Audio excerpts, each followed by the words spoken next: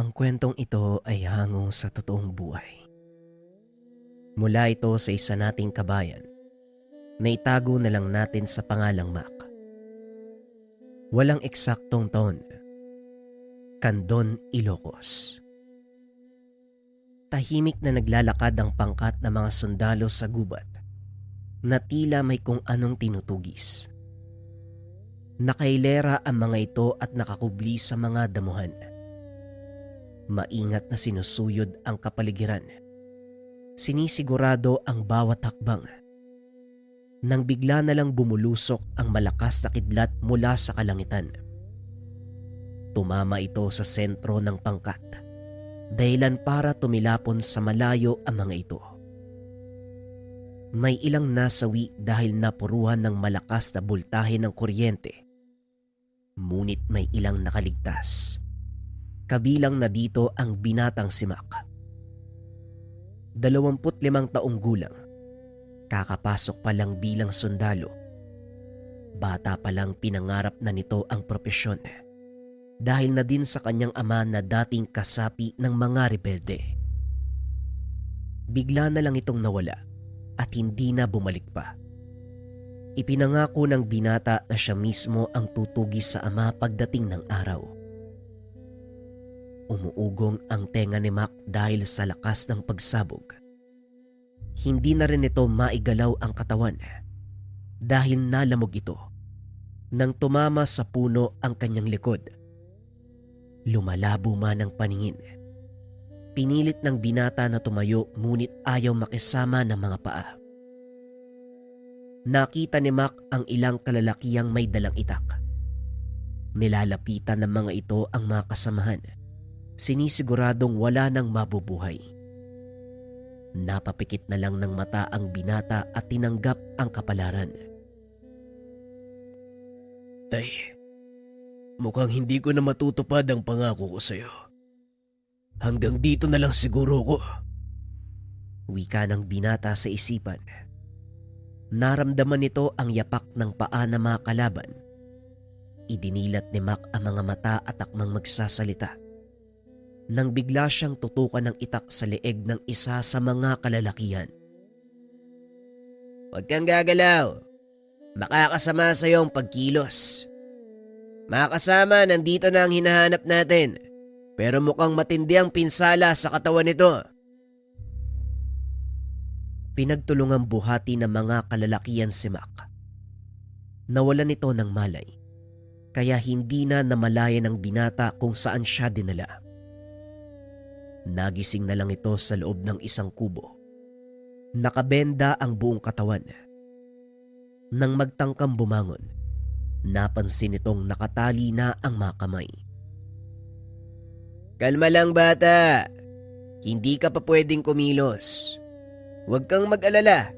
Nasa ligtas na lugar ka. Bakit niyo ako dinala dito? Anong kailangan niyo sa akin? Hindi ako ang may kailangan sa'yo kung hindi si Amo. Pero hindi ka pa pwedeng tumayo. Kaya magpagaling ka muna at doon ka umarap sa kanya pag nasa maayos na kondisyon na ang katawan mo. Pwede bang malaman kung nasaan ako, kaibigan? Hindi ko pwedeng sabihin. Sa ngayon mapanatag ka na walang mangyayaring masama sa'yo at hindi kami kalaban. Mga rebelde kayo. Paano mong nasabi na hindi kayo kalaban?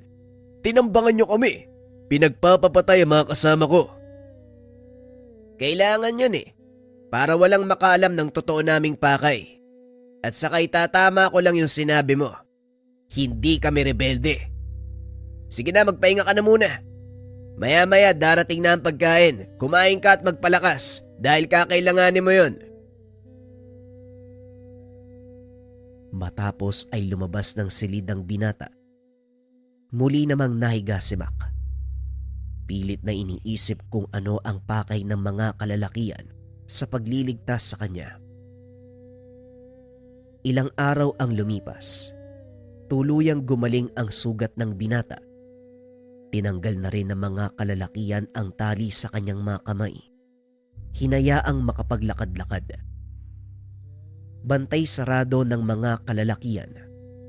Armado ng itak at sibat ang paligid ng maliit na pamayanan. Bagay na ipinagtataka ni Mac dahil ng mga sandaling nakaengkwentro niya ang grupo, may malakas sa pagsabog na tila mula sa isang mataas na kalibre ng sandata. Mahigit 2 linggo na ring nananatili si Mac sa lugar. Ngunit ni isa ay wala itong kilala. Hindi rin siya kinakausap ng mga tao, maliban na lang sa isang binata na palaging naghahatid sa kanya ng pagkain. Nakaupo si Mac sa atangan ng kubo nang lapitan nito ng binata na itago na lang natin sa pangalang Sagal. May dalang tasa ng mainit na kape at ilang pirasong nilagang kamote. "Magmeryenda ka muna, bata. Medyo maaga pa para sa hapunan. Ano, kumusta ang mga sugat mo?" "Medyo maayos na. Maraming salamat, Sagal, ha. Kaso nga lang hindi mo pa rin sinasagot ang matagal ko ng tanong sa'yo. Bakit niyo ako dinala dito at sino ang nag-utos?" "Pasensya na, Mac. Pero hindi ko talaga pwedeng sabihin ang dahilan. Kabilin-bilin na ng pinuno namin. Antayin siya. Siya mismo magsasabi sa'yo ng lahat ng bagay." "Ay nako, nababagot na tuloy ako. Kung hindi lang dahil sa mga batang nakikipag-usap sa akin, malamang baliw na ako eh." "Mas mabuti ang ganun, Mac, kaysa malaso ng pag-iisip mo sa mga maling naririnig sa lipunan. Mauna na muna ako, may lakad ba kami?" "Ha? Maggagabi na. Saan kayo pupunta?" "Hindi pwedeng sabihin. Sige na, alis na ako." "Ay nako, sandali lang. Pwede bang sumama?" "Sa ngayon hindi pa. Pero antayin mong makausap ka ni Supremo dahil siguradong nananawa ka na ng kakaikot sa agubatan." Matapos ang pag-uusap, nagmadaling umalis si Ragal. Tinatawag na ito na makasama. Pumasok na rin sa kubo si Mac. Piniling magpahinga. Nakaidlip ang binata ng hindi namamalayan.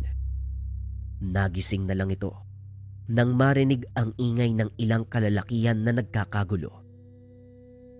Dali-daling lumabas si Mac. Nakitang pinagtutulungang buhati ng mga taga-nayon ang ilan sa mga kasama ni Sagal. Nanlaki ang mga mata ng binata nang makita nitong sugatan si Sagal, habang pinapasan ang isa pang kasama na naputulan ng paa. "Anong nangyari sa kanya, Sagal? Bakit kayo sugatan?" "Tinambangan kami ng mga grupo ng taong labas habang nagpapatrolya. Ilan sa amin ang nalagas." "Makakatulong ako. Kahit papano marunong akong gumamot ng mga sugat." Kaunting kaalaman. Si Mac ay nabibilang sa isang maliit na pangkat na mga sundalong binubuo ng 7 katao. Bawat isa sa mga ito may tungkuling ginagampanan sa pangkat. Si Mac, siya ang nakatalaga na magbigay ng medikal na atensyon sa mga kasamahan kung sakaling masugatan ang mga ito habang nasa engkwentro. Tapos ng kursong medisina ang binata, ngunit hindi ito nagpatuloy sa pagdodoktor. Piniling maging sundalo upang hanapin ang nawawalang ama. Balik tayo sa kwento. "Kakailanganin ko ang lahat ng tulong na makukuha ko. Wala kaming mga doktor. Lahat ng nalalaman namin ay paunang lunas ng Mac. Kaya gawin mo ang nararapat." "Walang problema. Dali niyo sila sa bahay pagamutan. Maganda ng mainit na tubig at malinis na tela. Maging mga kasangkapan ng pagtatahi sa sugat ay dalin din." "Yan ang problema namin dito. Dahil wala kaming mga kagamitan sa pagsasagawa ng operasyon." "Walang problema. Ikuha niyo ako ng mga buho ng sariwang bulo. Damihan niyo. Buhok mula sa batok ng kabayo. Damihan niyo din." "Anong gagawin mo sa bulo at buhok ng kabayo?" "Ang bulo ay gagamitin kong panghiwa kung sakaling kakailanganin. Ang buhok ng kabayo naman na nasa batok, gagamitin ko bilang sinulid. Sige na, Dali-daling kumilos ang mga tao sa baryo. Pagbalik ay dala na ang mga hinihinging gamit ni Mac. Sa mga hindi nakakaalam, ang balat ng bulo ay mainam na gamiting panghiwa dahil napakatalas nito. Sa katunayan, ito ang ginagamit ng mga paltera noong araw, pangputol ng pusod ng sanggol na kakapanganak pa lamang. At ang buhok na nagmula sa buntot o batok ng kabayo, ginagawang pangtahi dahil sa taglay nitong tibay. Nandito na ang mga hinihingi mo. Magsabi ka pa kung anong kailangan. Sa palagay ko wala na. Simulan na natin. Hindi na ituloy ni Mac ang sasabihin dahil nang sumilip sa kubo. Nakita nitong may mga malay ang pasyente. May problema ba, Mac? Oo. Hindi mo sinabi na may mga malay pala ang pasyente. Kaya mo bang kumuha ng balat ng puno ng edyal? Edyal? Hindi ba lason ng dagta ng punong yon? Lason kung kakainin mo. Pero mabisang pampahid kung gagamitin mo sa sugat. Bilisan mo. Kakailanganin ko ng marami. Kahit sugatan, dali-daling kumuha ng balat ng edyalang binata. Mabuti na lang napapalibutan ng ganong uri ng puno ang nayon, kaya hindi na nahirapan si Sagal. Pagbalik nito ay hindi na nag-atubiling magsimula ang binata. Habang nanggagamot, pinagmamasdan nito ni Sagal. Hindi nga nalalayo ang ugali mo kay Supremo. May sinasabi ka, Sagal? Wala naman. Sige na, ituloy mo na ang ginagawa mo, Mac. Pasensya na sa abala. Malapit na ako matapos. Isang tao na lang ang kailangan kong gamutin. Kaya maiga ka na nang matapos na ako. Nahiga si Sagal. Nilinis ni Mac ang sugat nito. Namangha si Sagal sa talento ni Mac. Hindi niya akalaing ganong kahusay sa larangan ng medisina ang binata. Saan mo natutunan ng lahat ng ito?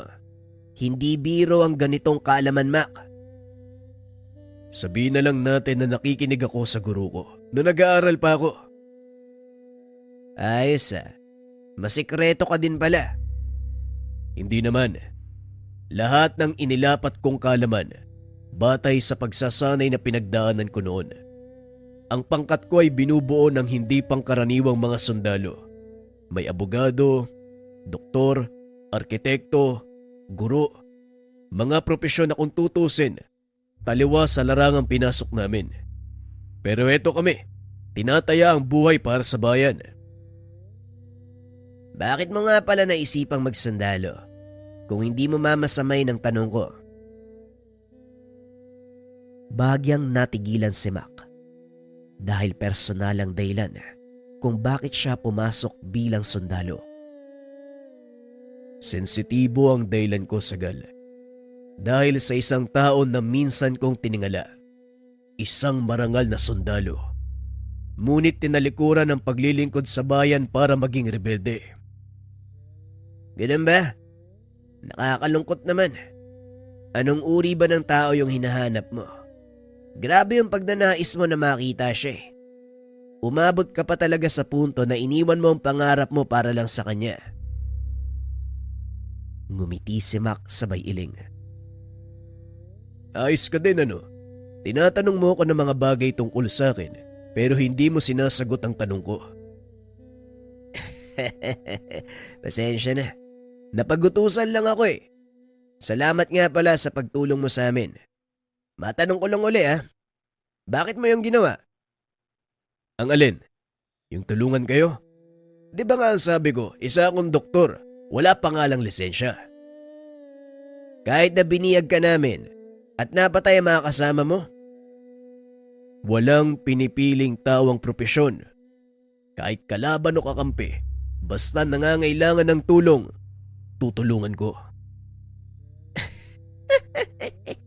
Angal ka, kagaya ni Supremo. Biglang natigilan ang binata nang mapagtantong nadulas na naman. Magsabi ka nga ng totoo, Sagal. Sino ba yung Supremo na kanina mo pa binabanggit? At saka bakit mo siya inahambing sa akin? Nako, nalo ka na, ay nako. Bukas malalaman mo. Darating ang kanyang pangkat mula sa kabilang himpilan. Makikilala mo na ang taong tinutukoy ko. Talaga bang hindi mo pwedeng sabihin sa akin kung sino ang taong yun? Pasensya na, pero hindi talaga pwede, Mac. Ay nako, bahala ka nga dyan. Magpahinga ka na. Nang bumilis maghilom yung mga sugat mo. Tumangulang si Sagal bilang tugon. Matapos ay lumabas na si Mac sa kubo. Habang naglalakad ito pabalik sa kanyang tinutuluyan, sinalubong ang binata ng ilang kalalakihang natulungan. Nagpasalamat ang mga ito.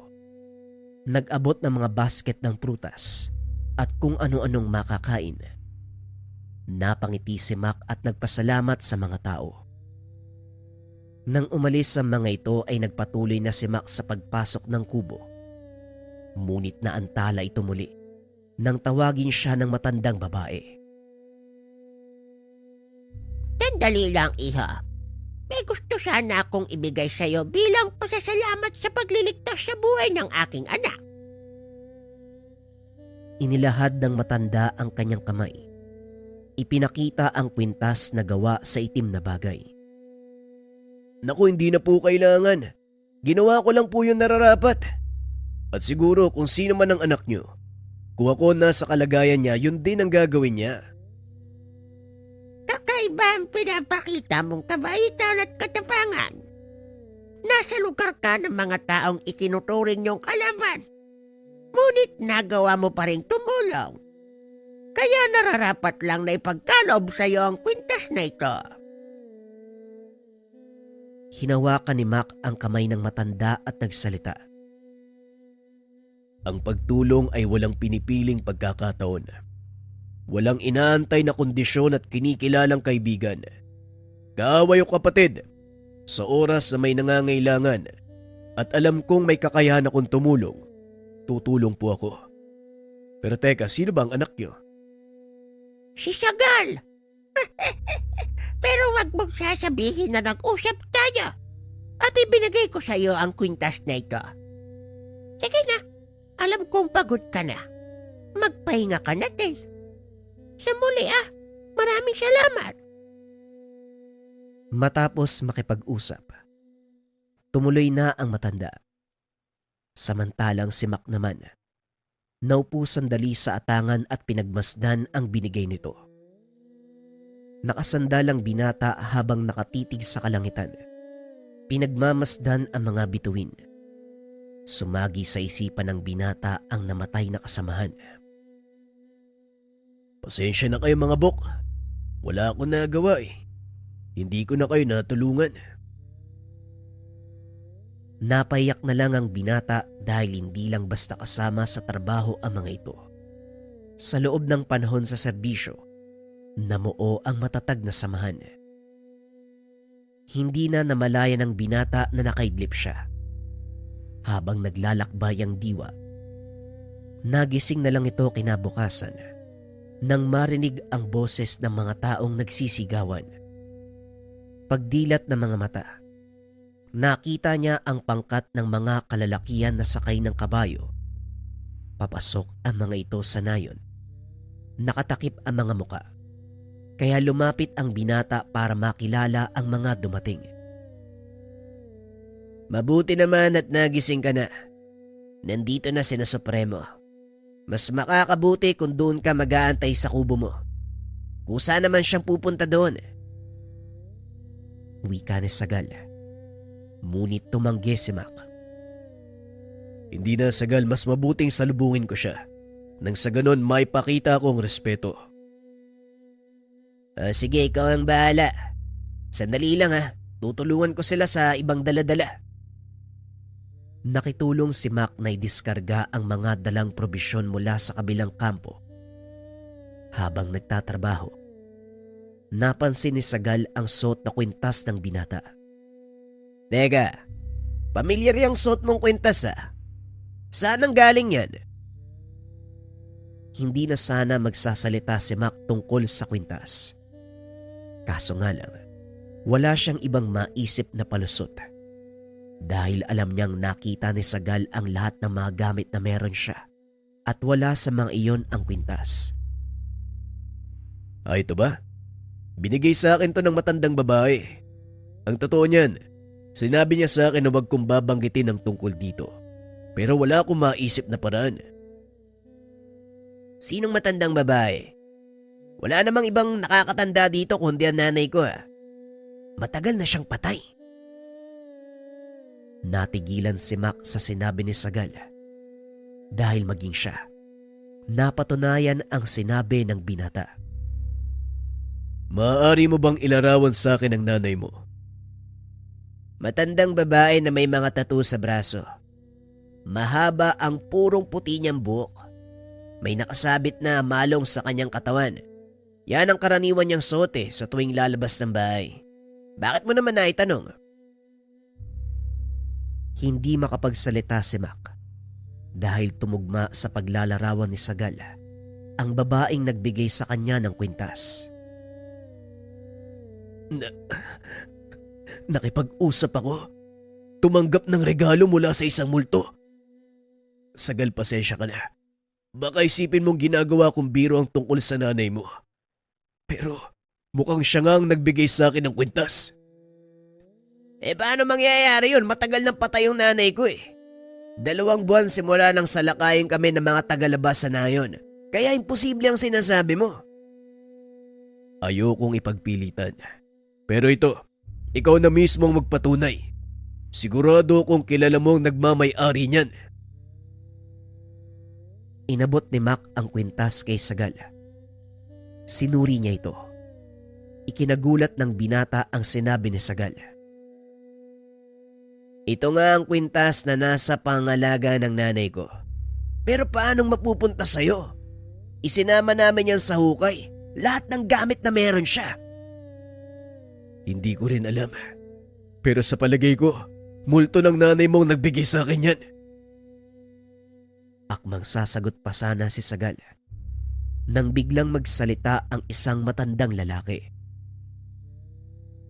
Hindi ako maaaring magkamali. Yan nga ang pangil ng kidlat na pagmamay-ari ni Alfonso. Inihabilin niya yan sa nanay mo, Sagal, bago pa siya tuluyang pumanaw. Napalingon ang dalawa at nakita ang isang matandang lalaki. Supremo Prudencio, maligayang pagbabalik nga po pala. Siya yung binatang pinapahanap niyo sa amin. Tinignan ng matandang nagngangalang Prudencio si Mac, na noon ay nakikipagtitigan din sa kanya. Nakuha mo ang katapangan ng iyong ama. Pero sasabihin ko sa iyo, hindi ito ang lugar para gamitin yan, bata. Ako si Prudencio, ang pinuno ng Kilusad. May isang bagay lang akong gustong malaman mula sa iyo. Bakit niyo pinatay ang mga kasama ko at bakit niyo ako binihag? Kasamahan, pasensya ka na, pero mukhang hindi na ipaliwanag sa iyo ni Sagal ang lahat. Ipinag-utos ko sa kanya na huwag sabihin ang mga detalye ng naging operasyon para hindi ka malito. Ngayong nandito na si Supremo, sa palagay ko dapat mo nang malaman ang katotohanan. Halika, sumunod ka sa amin. Naglakad papasok ng gubat ang dalawang binata kasama si Mang Prudencio. Narating ng mga ito ang isang maliit na kubo. Ang lugar na ito ang siyang pinagdadausan namin ng mga pagpupulong. Walang ibang nakakapasok dito dahil sa proteksyong nakabalot sa paligid.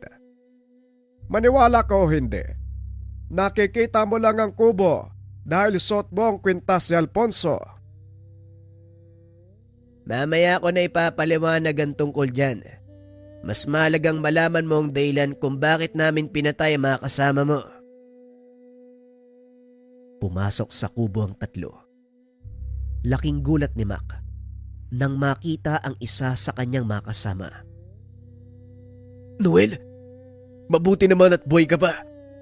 Pero nakakalungkot, wala nang mga kasama natin. Hindi naman sila dapat ang mawala kung hindi ikaw.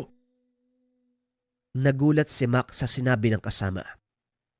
Anong ibig mong sabihin, Noel? Bilang namumuno sa amin, marami ka nang nalalaman. Natatakot ang mga nasa itaas na baka magsalita ka tungkol sa mga operasyon. Kaya nagdesisyon sila na ipatumba ka, kaso naunahan kami ng mga rebelde. May mga tao sila sa loob at mukhang protektado ka nila. Normal na protektahan namin ang anak ni Mang Alfonso dahil malaki ang utang na loob ng sama namin sa kanya. Kung hindi dahil sa taong yun, malamang matagal na kaming nawalan ng pag-asa. Angkan nga kayo ng mga traidor sa bayan. Wag na wag mong tatawaging traidor ang tatay ko. Hindi mo alam ang totoong nangyari, kaya wag mo siyang huhusgahan. Itinuring ko kayong kapatid at mga kaibigan. Pero hindi ko alam na kayo pala mismo ang papatay sa akin. Nakuha na rin natin ang lahat ng impormasyon sa taong ito. Mas makakabuting hindi na siya mabuhay. Sandali lang, Mang Prudencio. Pasensya na.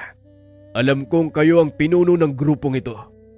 Pero hihilingin ko sana na ibalato niyo sa akin ang taong yan.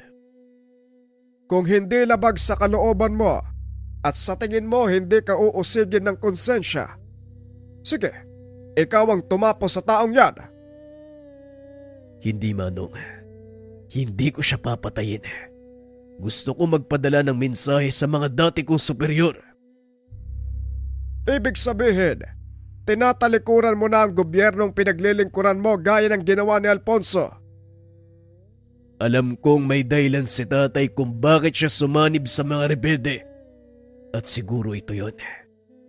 Kaya Noel, ikaw ang magsisilbing ehemplo sa mga taong nagtraidor sa tatay ko.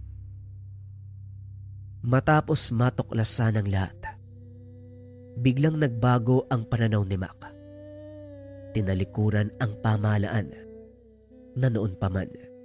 May suspetsya na ang binatang may maling nangyayari sa pamunuan ng militar. Isa ito sa mga dahilan kung bakit siya sumali sa institusyon. Mabuti naman at hindi ko na kailangang imulat pa ang isipan mo sa mga nangyayari. Mukhang tadhana na nagdala sa iyo sa lugar na ito. Maligayang pagdating sa samahan na binuo ng iyong ama. Wika ni Sagal habang inaabot ang kanyang kamay. Maraming salamat. Pero paano niyo nalaman ang plano ng mga kasama ko? May mga tauhan tayo sa loob at sila ang nagtimbre sa plano laban sa iyo. Alam mo ba ang totoong dahilan kung bakit kanila papatayin? Ang sabi dahil marami akong nalalaman tungkol sa mga patagong operasyon ng mga militar. Mga patayang hindi itinatala at ibinibintang sa mga rebelde. Bahagi lang yon ng totoong dahilan, iho. Hawak ng iyong ama ang isang makapangyarihang kasulatan mula sa bansang Italia. Ito ay naglalaman ng 5 makapangyarihang salita. Mga katagang maaaring makatawag sa elemento ng kidlat at lumikha ng malaking bagyo na maaaring sumira sa sanlibutan. Natakot ang militar na gamitin ito ng iyong ama laban sa kanila. Nanlaki ang mga mata ni Mac nang marinig ang sinabi ng Supremo. Mga salita. Dahil lang doon, pinatay nila si tatay? Hindi papatay ang iyong ama. Kasalukuyan siyang nagtatago. Maging kami hindi alam ang kanyang kinaroroonan. Nagkakausap lang kami kung kailan niya nanaisin. Buhay pa si Alfonso. Pinipeke niya ang kamatayan para magawa niyang misyong nakaatang sa kanya. Ang kwintas na ito, anong kinalaman kay tatay? Ang batong nasa kwintas na yan ay pangil ng kidlat. Isa sa mga tangan na gamit ng iyong ama na naging susi para mapagana ang 5 salita. Kidlat. Sandali nga, talaga bang gising ako? Baka nananaginip ako ah. Hindi ako naniniwala sa mga sinasabi niyo. Paano mangyayari yun? Wala ngang alam si tatay tungkol sa mga sinasabi niyo eh. Tama ka. Wala ngang alam ang tatay mo pagdating sa lihim na karunungan. Ngunit nang ihabilin sa kanya ang aklat ng 5 salita, doon nagbago ang buhay ng iyong ama. Tinutukan niya ang pag-aaral ng mga salita hanggang sa makabisado niya ito at magawang gamitin. Ang totoo niyan, si Sagal ang nag-iisang estudyante ng iyong ama. Ganun pa man, malaking katanungan pa rin para sa akin kung paanong napunta sa iyo ang pangil ng kidlat. Sa pagkakalam ko, dinala ito ni nanay sa hukay. Hindi ko rin alam, Sagal. Siguro sa paglaon, mahanap natin ang mga sagot sa tanong na yan. Sa ngayon, makampante tayong walang mangyayaring masama. Bago niyo pakawala ng dati mong kasama, Mac, pag-isipan natin ang magiging plano dahil hindi lang ikaw at si Sagal ang maaaring punteryahin ng mga kalaban, maging ang buong nayon ay maaaring madamay.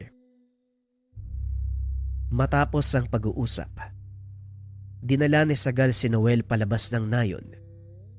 Nakapiring ang mga mata habang naglalakad sa gubat upang hindi makita ang daanan. Mag-isang hinatid ni Mac si Noel sa bukana ng gubat. Kinausap ito ng masinsinan. Alam kong sumusunod lang kayo sa utos.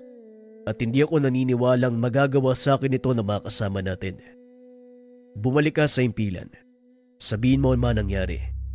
Paniwalaan mo silang namatay ako kasama ng tropa. Huwag ka masyadong magpapakampante, Mac. Hindi mo alam ang utak ng mga militar. At dahil alam mo na ang lahat, sasabihin ko sa iyo ang katotohanan. Hindi na sila ang kalaban mo. May isang tao sa likod ng lahat ng ito, Mac. Makapangyarihan siya at sa palagay ko, namamanipula niya ang utak ng ating mga superior. Alam kong malabo ng paniwalaan mo ang sinasabi ko, pero yan ang katotohanan. Gaya ng sinabi ko sa iyo, Noel, naniniwala ako na hindi niyo kayang gawin sa akin ang bagay na yon. Sige na, umalis ka na. Hindi na nagsalita pa si Noel. Dali-dali itong tumakbo. Nang makalayo na ay lumabas si Sagal sa pinagtataguan. Narinig ko ang usapan niyo. Pasensya ka na kung sumunod ako. Sinisiguro lang ni Supremo ang kaligtasan mo. Alam kong hindi ka lubusang naniniwala sa mga sinabi niya. Kaya mainam na din ang ginawa mo.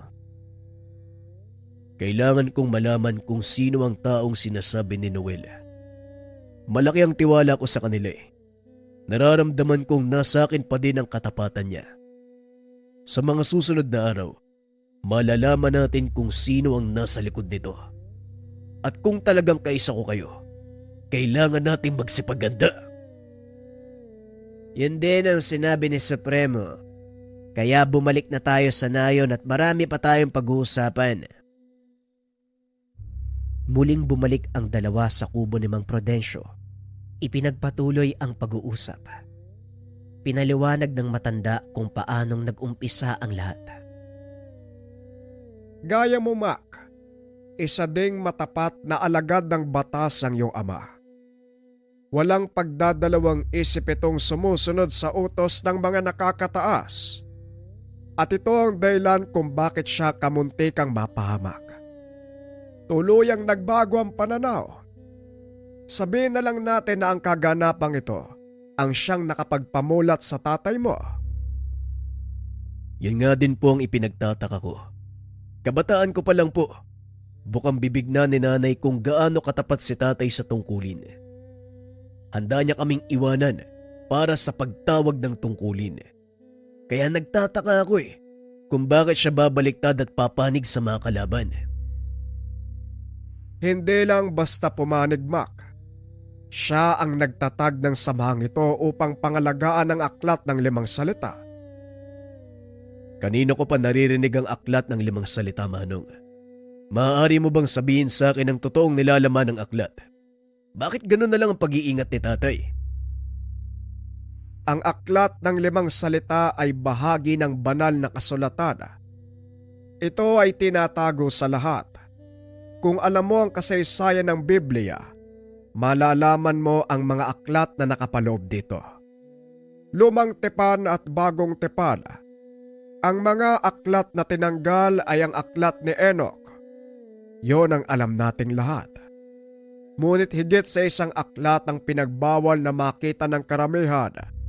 Ito ay ang awit ni Jeremias nakilala sa atin bilang Awit sa Hangin at ang Aklat ng Limang Salita. Pagpapaliwanag ng matanda. Katoliko ang binata. Hindi lingid sa kanya ang tungkol sa Biblia. Namamangha at naguguluhan si Mac. Kaya hindi ito nagsalita. Hinayaan nitong ituloy ni Mang Prudencio ang kwento. Dagdag pa ni Mang Prudencio, ang Aklat ng Limang Salita ay naglalaman ng mga kasulatan ng isang propeta na hindi nabanggit ang pangalan. Itinala nito ang mga salita ng arkanghel na si Metatron habang tinatawag ang makapangyarihang elemento ng kidlat. 5 pahinang naglalaman ng 5 makapangyarihang salita. Napapaloob din dito ang susi para mapagana ang orasyon.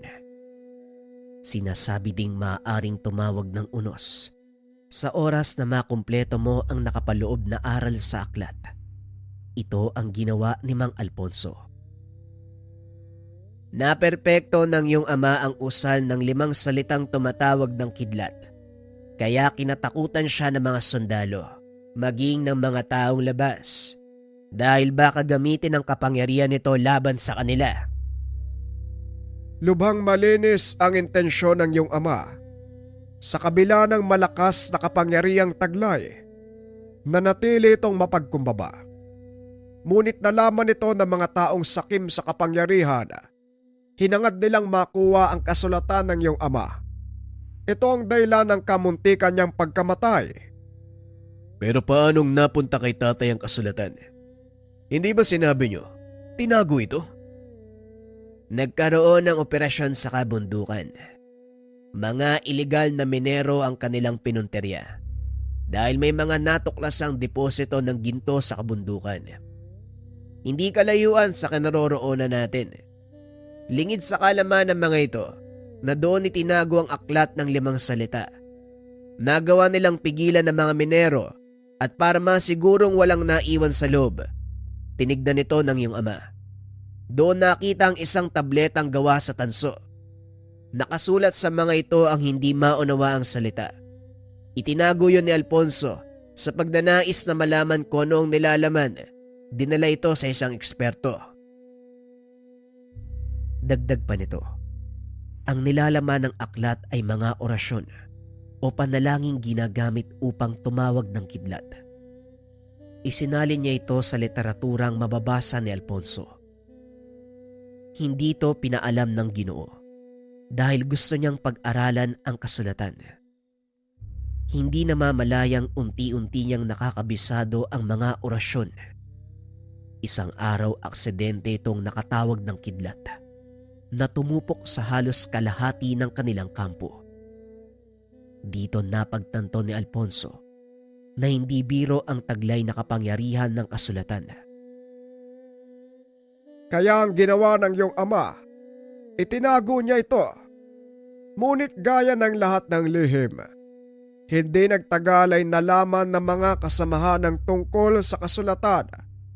Ito ay nang minsang salakayin ng kanilang himpilan ng mga tagalabas. Wala nang pagpipilian si Alfonso ng mga sandaling iyon, kaya ginamit niya ang orasyon para iligtas sa tiyak na kamatayan ng mga kasamahan. Wika ni Mang Prudencio. Ayon pa dito, ang araw na yon ang naging simula ng kalbaryo ni Alfonso. Hindi siya nilubayan ng mga kasamahan hanggang sa makarating na ito sa kanyang mga opisyal. Nagmatigas ang Ginoo. Hindi inilabas sa mga kasulatan, dahilan para kasuhan siya ng pagtataydor sa bayan. Tumakas si Alfonso upang pangalagaan ang sarili at mga kasulatan. Dito sila nagkakilala ni Mang Prudencio. Bata pa ako nang makilala si Supremo Alfonso. Iniligtas niya kami sa aking inang babaylan mula sa mga tagalabas. Malaki ang utang na loob ng mga katribo ko sa kanya. Kaya bilang ganti, kinupkup namin si Supremo at kalaunan naging pinuno ng aming pangkat. Pagpapaliwanag ni Sagal. Nakikinig lang si Mac sa mga kwento ng dalawa. Pinagtatagpi-tagpi ang mga pangyayari. Napagtanto ng binata na hindi sila sadyang iniwanan ng ama. Ginawa lang nito ang nararapat para sa kaligtasan ng kanyang pamilya at ng nakararami. Kung makapangyarihan ang aklat na hawak ni tatay, bakit kailangan niyang magtago? Hindi ba kaya niyang protektahan ng sarili laban sa mga taong gustong kumuha ng aklat sa kanya? Tumayo si Mang Prudencio. Kumuha ng isang bote ng lambanog at baso. Nilapag sa mesa.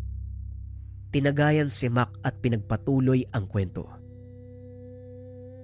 Tama naman ang iyong sinabi. Kaya ng tatay mo na protektahan ang kanyang sarili. Ngunit ang kapangyarihang taglay ng mga kasulatan, elemento ng kidlat, maaari niyang tawagin ang mga ito, pero hindi niya kontrolado kung saan maaaring patamain. Kaya mas pinili niyang lumayo kaysa marami ang madamay kung sakaling gamitin niya ito. Hindi ba sinabi niyo sa akin na naging mag-aaral ni tatay si Sagal? Kung ganun, may natutunan ka rin mula sa kanya. Tumpak, naalala mo ba ang malakas sa pagsabog bago ka namin matagpuan? Oo, nagtataka nga ako eh. Nilibot ko ang buong nayon, pero wala akong nakitang anumang bomba o armas na maaaring magdulot ng ganong kalakas sa pagsabog. Yon ang kapangyarihang taglay ng kasulatan, Mac, na siyang ikinakatakot ng iyong ama na mapunta sa maling kamay. Ngayong malinaw na sa iyo ang lahat, ano ang desisyon mo? Hindi na ako maaaring bumalik sa pagiging sundalo. Dahil sa mga oras na ito, malamang alam na ng mga superior ko ang nangyari. At iisipin nilang patay na ako. Mas makakabuting manatili muna ako dito. Hanapin si tatay para mas malinawan at matulungan ko sa kanyang adikain. Kung yan ang iyong desisyon, hindi ako tututol. Sa kabila ng lahat, tatay mo pa rin ang dahilan kung bakit nabuo ang nayong ito. Sige na, malalim na ang gabi. Alam kong pagod tayong lahat kaya magpahinga na kayo. Matapos ang pag-uusap, iniwan ni Sagal at Mac si Mang Prudencio. Lingid sa kalaman ng dalawang binata na naroon lang din sa lugar si Mang Alfonso. Matagal na panahon kaming hindi nagkita ni Mac. Tignan mo siya ngayon, Prudencio. Matipuno kagaya ng kanyang ama. Kahit kailan talaga, basta-basta ka na lang sumusulpot. Paano kung bumalik yung dalawang yon? Anong gagawin mo? Kumalma ka, kaibigan. Hindi na babalik ang mga yon. Pero salamat sa pagpapaliwanag ng lahat. Alam kong malinaw na kay Mac ang dahilan kung bakit kinakailangan ko silang iwanan ng kanyang ina. Hindi mahirap paintindihin ng anak mo, Alfonso.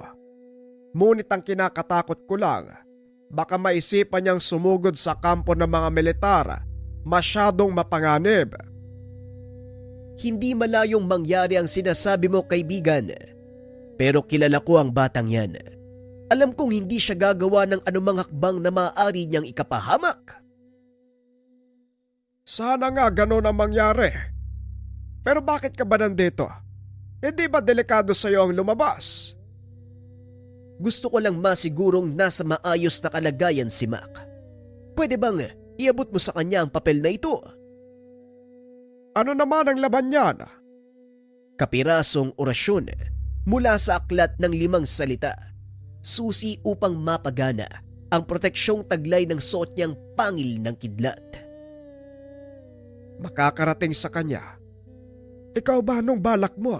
Magtatago ka na lang ba habang buhay? Hindi, kaibigan. Nag-aantay lang ako ng tamang pagkakataon. Sa oras na malaman ko kung sino ang nasa likod ng lahat ng ito, doon ako kikilos. Magsasalita pa sana si Mang Prudencio, ngunit biglang nawala si Alfonso. Kinabukasan maagang nagising ang matanda. Pinuntahan si Mac na nooy nagsisibak ng kahoy sa harapan ng kanyang kubo. Magandang umaga, Mac. Ipaubaya mo na ang gawain yan sa mga kasama natin. Halika, sumunod ka. Tumayo ang binata at sumunod sa matanda. Napadaan ang mga ito sa kubo ni Sagal, na noon ay pupungas-pungas pang lumabas ng pintuan. Magandang umaga, Supremo. Saan ang lakad natin? Kami lang ni Mac ang aalis. Maiwan ka muna dito sa nayon. May mahalagang bagay lang kaming aasikasuhin. Maliwanag, Supremo. Mag-iingat po kayo. Nagpatuloy ang dalawa sa paglalakad. Nagtaka si Mac dahil pumasok ang mga ito sa kagubatan kung saan naroon ang kubo na pinagkanlungan nila kay Noel. Anong ginagawa natin dito, Manong? Hindi ba dito nyo kinulong si Noel? May ipapakita ko sa iyo na hindi kailangang malaman ng karamihan. Eto, tanggapin mo. Basahin ang nilalaman ng papel na yan. Inabot ng matanda ang kaperasong papel na ibinigay ni Mang Alfonso. Nagulat ang binata. Kilala niya ang sulat kamay na iyon. Sulat kamay ito ni tatay. Anong ibig sabihin ng nakasulat dito? Yan ay mga orasyon upang mapagana ang proteksyong dala ng suot mong pangilang kidlat. Kapirasong kaalaman mula sa iyong ama. Pakaingatan mo ito, Mac, dahil malaki ang maitutulong nito sa iyo. Pero kaakibat ng malakas na kakayahang taglay ng pangil na yan, malaking responsibilidad. Alam ko po, Manong. Pero paano ko mapapagana ang dasal? Wala nga akong alam sa mga ganitong bagay. Maging ang tatay mo ay walang alam tungkol sa aklat ng 5 salita, pero nagawa niya itong gamitin. Patunayan mong anak ka ni Alfonso. Maiwan na muna kita dito. Huwag kang babalik ng nayon hanggat hindi mo natututunang pagganahin ng mga orasyon. Napakamot na lang ng ulo ang binata dahil wala siyang alam kung ano ang gagawin at saan magsisimula. Naupo si Mac sa atangan ng kubo. Pinag-aralang mabuti ang mga nakasulat sa papel. Hango ito sa salitang Latin, kaya medyo nahirapan ang binatang magbigkas. Ngunit kalaunan, nagawa niya itong basahin ng maayos. Maging ang pagkakasunod ng mga salita ay nagawang iayos. Hawak-hawak ni Mac ang pangil ng kidlat. Nang banggitin niya ng maayos ang mga salita, biglang kumislap ang kwintas. Nagulat ang binata at hinagis niya ito, dahilan para tumama sa bato at lumikha ng malaking pagsabog. Anak ng tipaklong! Anong nangyari? Bakit sumabog?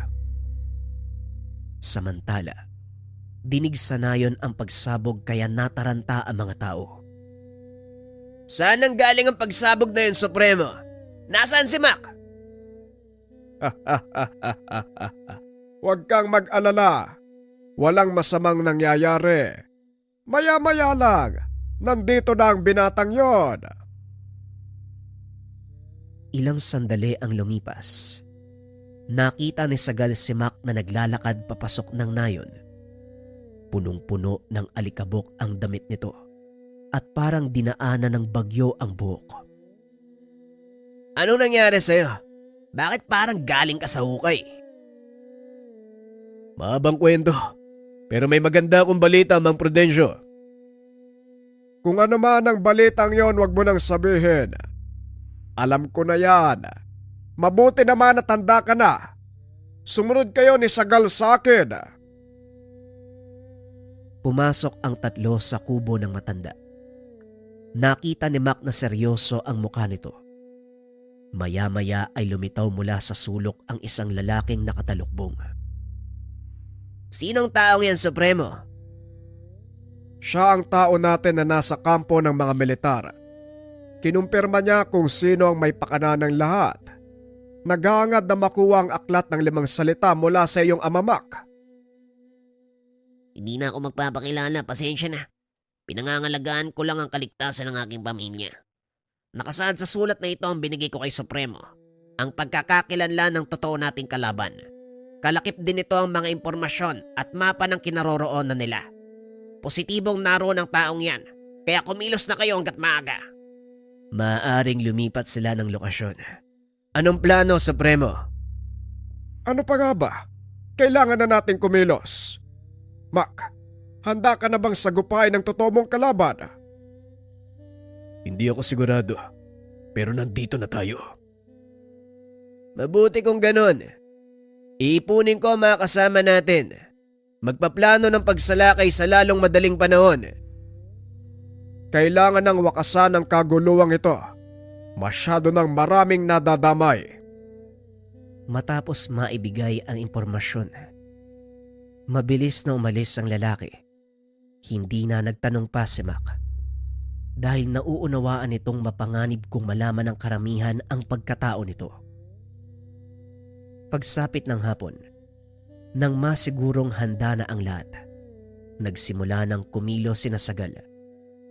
Kasama si Mac nagpaiwan sa nayon si Mang Prudencio. May inaantay itong dumating, ilang kasamahan mula sa kabilang nayon. Huwag kang mag-alala, biyasa sa pagtugis sa mga kasama ko. Mga maangaso sila, mula sa tribo sinanay sila mula pagkabata para sa ganitong trabaho. Mas mabuti kung ganun. Dahil kakailanganin ko ang kagaya nila sa misyon natin. Kailangan nating marating ang kinaroroonan ng kalaban bago pa man nila malaman na naroon na tayo. Pag-uusap ng dalawa. Sinundan nila ang direksyon na binigay ng espiya. Narating ang isang maliit na pamayanan. Napapaligiran ito ng mataas na bakod na gawa sa kawayan. Sa pasukan, may mga nagbabantay na armadong kalalakihan. Mukhang napakadami nila. Ilan lang tayo. Huwag kayo magsasayang ng oras. Hanggat maaari huwag gagawa ng ingay. Wika ni Sagalas sa kanyang mga kasama.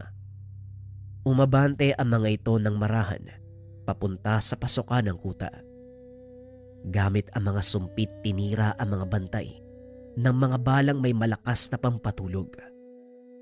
Hindi man lang namalaya ng mga tao sa loob na nakapasok na ang grupo ni Mac. Sumunod ang dalawa. Nang makapasok ay walang pagdadalawang isip na pinagbabaril ng binata ang mga kalaban. Nataranta ang lahat.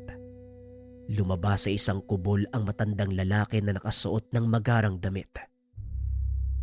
Anong kaguluhan to? Sino kayong mga pangahas na pumasok sa muntikong kampo? Kami ang dapat magtanong sa iyo ng bagay na yan. Anong kailangan mo sa gubat na ito? Pamilyar ka sa akin. Ikaw ba ang anak ni Alfonso? Yung taong nagtago ng aklat ng 5 salita? Ano naman ngayon kung ako ang taong yon? Tignan mo nga naman. Hindi ko na pala kailangang lumayo. Tama nga ang payo sa akin ng isang kaibigan. Kapag nangangaso, kailangan mong hanapin ang anak. Kung nasaan ito, siguradong naroon din ang kanyang mga magulang. Ngayon sabihin mo sa akin, nasaan ang iyong ama? Pasensya na, pero hinahanap ko din ang tatay ko. Matigas talaga ang ulo ng taong yan. Bakit hindi na lang niya isuko ang aklat sa akin? Wala namang pakinabang sa kanya. Kung ako si tatay, hindi ko rin ibibigay sa iyo ang aklat. Alam niyang hindi mabuti ang hangarin mo. Hindi mabuti. Masama bang gamitin ang kapangyarihan ng kidlat upang pamunuan ang isang naghihingalong bayan? Hindi demokrasya ang kailangan ng bansang ito, iho, kundi kamay na bakal na may kaunting kidlat. Ngayon malinaw na sa akin ang pakay mo. Nakita din kita. Wala ka ng takas. Nagulat ang matanda nang marinig ang boses ni Mang Prudencio. Sino ka naman? Pero hindi bali na. Total nandito na kayong lahat. Bakit Bakit hindi na lang nating gawing masaya ang tagpong ito? Itinaas ng lalaki ang kamay. Naglabasan sa paligid ang mga kalalakihang may hawak ng sibat at itak. Pinagbabaril ito ni Mac. Ngunit laking gulat ng binata, hindi ito tinatabla ng bala. Pasensya na. Hindi tinatabla ng bala ang mga patay na. Mukhang nakalimutan ko yatang sabihin sa inyo. May kakayahan akong bumuhay ng mga patay. Alam kong mesa demonyo ka. Nasabi na sa akin ng isa sa mga kasamahan ng patungkol sa iyo. Kaya kailangan ka naming pigilan bago pa mahuli ang lahat. Bahala kayo. Walang pumipigil sa inyo. Pero sa palagay ko, magsasayang lang kayo ng lakas. Ikinumpas ng lalaki ang mga kamay. Sumugod ang mga alagad nito. Sumugod si Ragal, kasama ang ilan sa mga katribo. Naiwan sa tabi ni Mang Prudencio si Mac. Pinagbasdang lumaban ang kaibigan. Ang taong yan ay si Leandro. Manggagaway. Kaya may kakayahan siyang bumuhay ng patay. Ito ang hindi ko napagandaan. Delikado tayo. Isang maling galaw lang, siguradong patay tayong lahat. Hindi mangyayari yon. Nakalimutan mo bang may tangan na kumutya ng kidlat? Huwag kang hangal, Mac. Hindi sapat ang taglay na kakayahan ng mutya kung ikukumpara sa kaalaman ng isang manggagaway. Kung mutya lang ang aasahan, talagang hindi tayo mananalo. Pero kung gagamitan natin ang utak, malaki ang pag-asa. Dali-daling tumakbo si Mac papunta sa likod ng kalaban habang inuusal ang mga dasal na nagpapagana sa kanyang tangang mutya. Matapos ay binato niya ito paitaas. Nagtago sa nakatumbang puno. Sinabihan si Mang Prudencio at Sagal na magsipagtabi. Saktong nakatalon palayo sa lugar si Sagal. Nang biglang tamaan ng kidlat ang hinagis ni Mac. Bumulusok ito papunta kay Leandro na naging dahilan ng agarang pagkatusta. Ngunit hindi pa nagtatapos doon ang laban. Mula sa mga abo, muling sumibol ang matanda. Wala din bang nakapagsabi sa'yo na hindi ako mapapatay ng pangkaraniwang kidlat? Naloko na. Anong gagawin natin ngayon? Magsasalita pa sana si Mang Prudencio nang biglang bumulusok ang malakas na kidlat mula sa kalangitan. Paulit-ulit itong tumama sa kinakatayuan ni Leandro, ngunit muli lang itong nabubuhay. Mukhang nagsasayang lang tayo ng oras. Hindi mamamatay ang taong yan. Tama ka. Tumakas na tayo. Kailanman walang nakakapatay sa anino. Hanapin niyo ang totoo niyang katawan. Sa ganung paraan matatalo niyo ang isang manggagaway.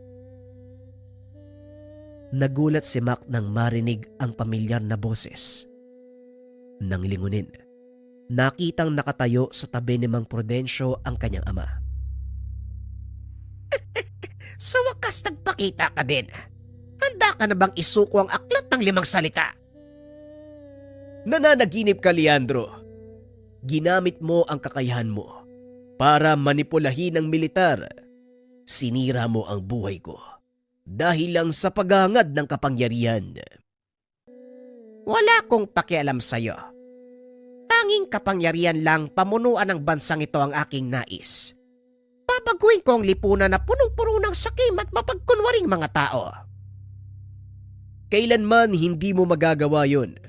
At lalong hindi ko hahayaan na gamitin mo ang kapangyarihan ng aklat ng 5 salita para sa walang kapakarang bagay. Kahit anong pagtutulong gawin mo, wala ka ring magagawa. Mapapasakin ang aklat sa ayaw at sa gusto mo. Tignan mo ang paligid, Alfonso! Inikot ni Mac ang tingin sa paligid. Nakita ang napakaraming patay na bumabangon. Walang iya ka talaga. Alam ko! Ikinumpas nito ang kamay na naging hudyat para sa mga alagad na sugurin si Mac. Ngunit umihip lang sa hangin si Alfonso. Biglang bumulusok ang mga sibat na gawa sa kidlat mula sa kalangitan. Hanapin niyo ang totoong katawan ni Leandro. Nang sa ganon magawa niyo siyang patayin. Ako nang bahala sa mga alagad niya. Naghiwa-hiwalay sina Sagal. Sinuyod ang buong paligid hanggang sa matagpuan ang kinaroroonan ng totoong katawan ng manggagaway. Nandito ka lang pala. Huli ka! Binunot ng binata ang baril sa tagiliran. Pinaulanan ng sunod-sunod na bala. Biglang nagsipagsigawan ang mga patay na bumangon. Muling nalusaw ang katawan. Walang iya ka! Paano mo ko natuntun? Simple lang.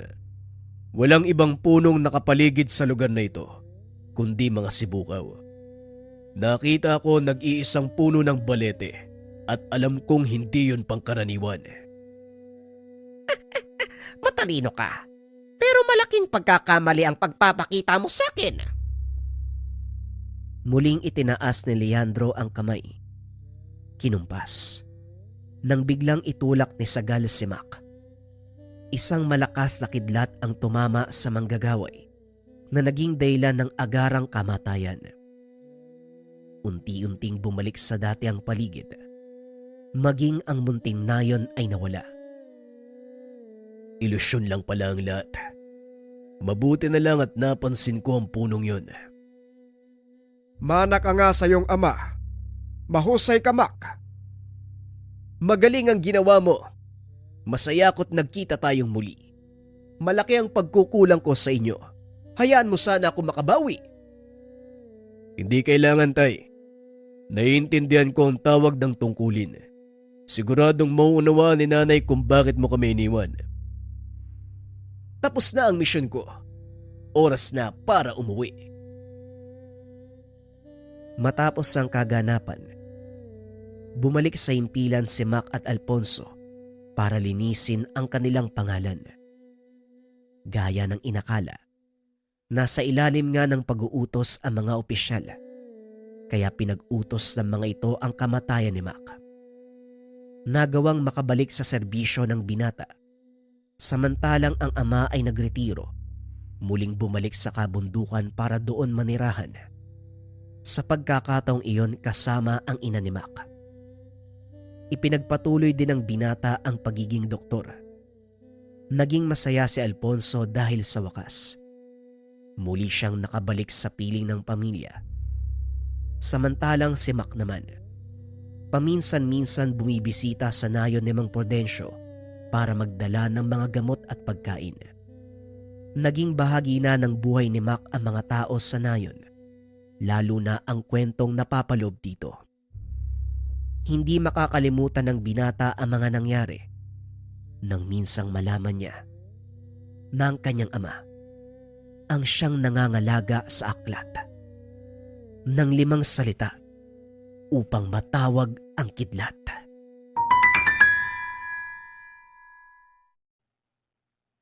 Ang kwentong ito ay hango sa totoong buhay.